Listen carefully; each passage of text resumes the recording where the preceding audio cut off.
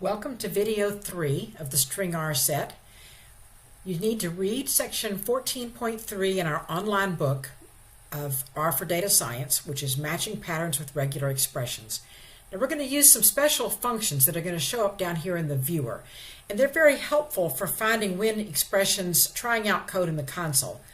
But you may have trouble if you try to knit your document with these commands in them. Now your document will knit to HTML because they're HTML widgets is what's produced. But they won't knit to PDF or a Word document. So you might try the Word document, it might knit, but if not, you can knit it to PDF and then print knit it to an HTML and then print your HTML to a PDF. That's going to be a way around if you need to submit your homework. Now we're going to start with our old version of X, which was that. And we are going to use string view, which what it does is it matches an expression.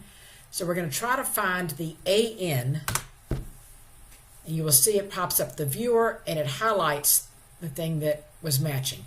Now you say, but oh, there's another AN right there. Why didn't it pick that? Well, that's because I need a different command, which is very similar, but it's string view all, and then it will match both of them.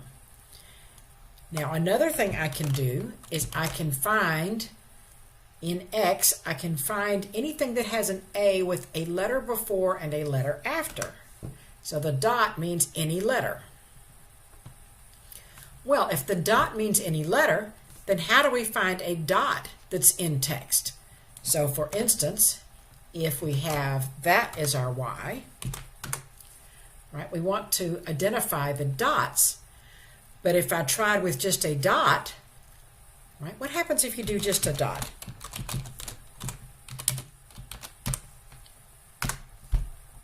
Well, it's going to find the first character, right, because it's any character. So in order to make that work, remember my escape. I'm going to have to escape from the dot. So now I can find the dot. So I'm going to use my escape character, and then because I'm putting it inside of a regular expression, I have to escape it again. Okay, so similarly, I could find all the dots with the string view all, and that will pick up all the dots in my text. Well, if that's how we find a dot, how in the world am I going to find a backslash? Well, here, let's start and put some backslash in my strings. And if I look at Z, remember now when I just show Z, it shows the contents as it's printed, but to see what it's actually looking for, I have to put the right lines, and that shows me the raw contents, right, without the double quotes. So I want to find that backslash.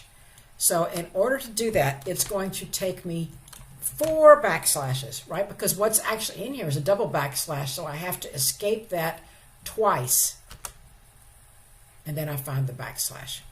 Now your exercise number 5 is going to give you some practice with that. What we're going to do is we're going to start with S being assigned to this weird thing. If I just look at S, it's got those exact contents, but if I do right lines, oops, right.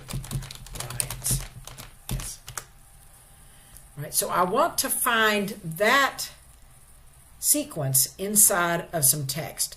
So what I'm going to do meanwhile is I am going to set up S2 to be some text that's got S embedded in it.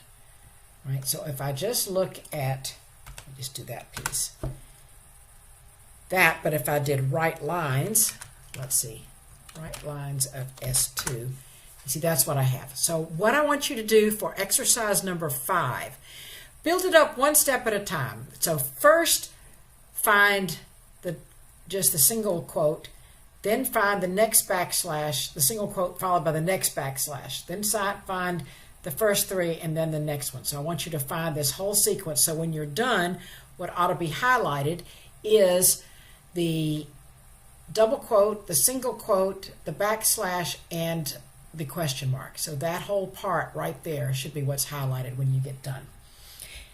That'll conclude video 3.